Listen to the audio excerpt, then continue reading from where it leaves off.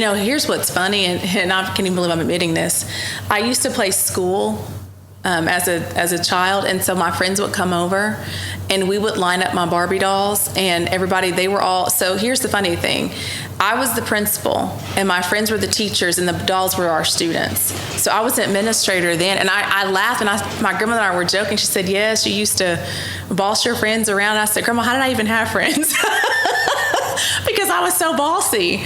But I was bossy back then. But, I guess it was a part of who I am. I've always loved to learn. I've just always been very inquisitive. I like to expand my horizons. I like to experience different things and get different vantage points and look at things through and hear other people's perspectives. I think that's so important.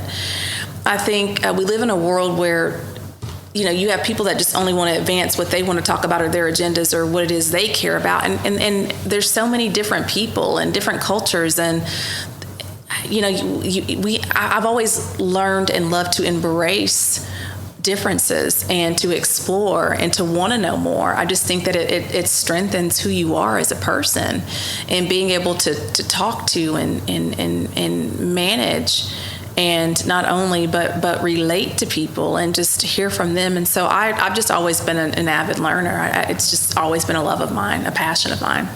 I mean, you mentioned being on the POM team, doing drill team, FFA, there's and obviously a load of others as well. I'm sure we could break a list out, and there's 100 different things you did in high school.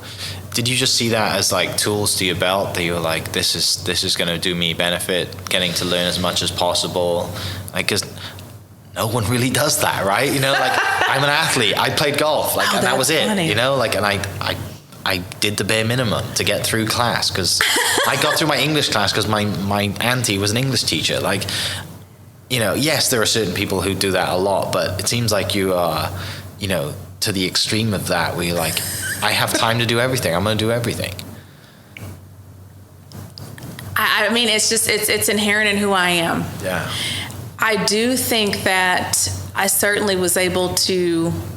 I don't think when people say, was it an escape? No, because you never escape anything you've gone through. The traumas, they remain with you. You learn to cope or to manage and navigate and move forward through life. But it wasn't an escape. It was very much saying, I want to expand my horizons. I want to continue to give and serve.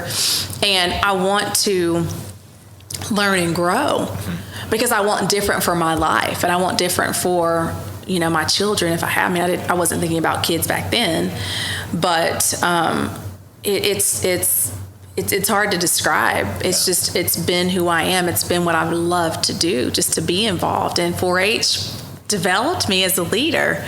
I would do the different competitions and go to Roundup and go to all the fun things. Student council developed me as a leader. All those different things, they just really developed and added to who I am, but again, helped build that capacity to serve and to be able to share.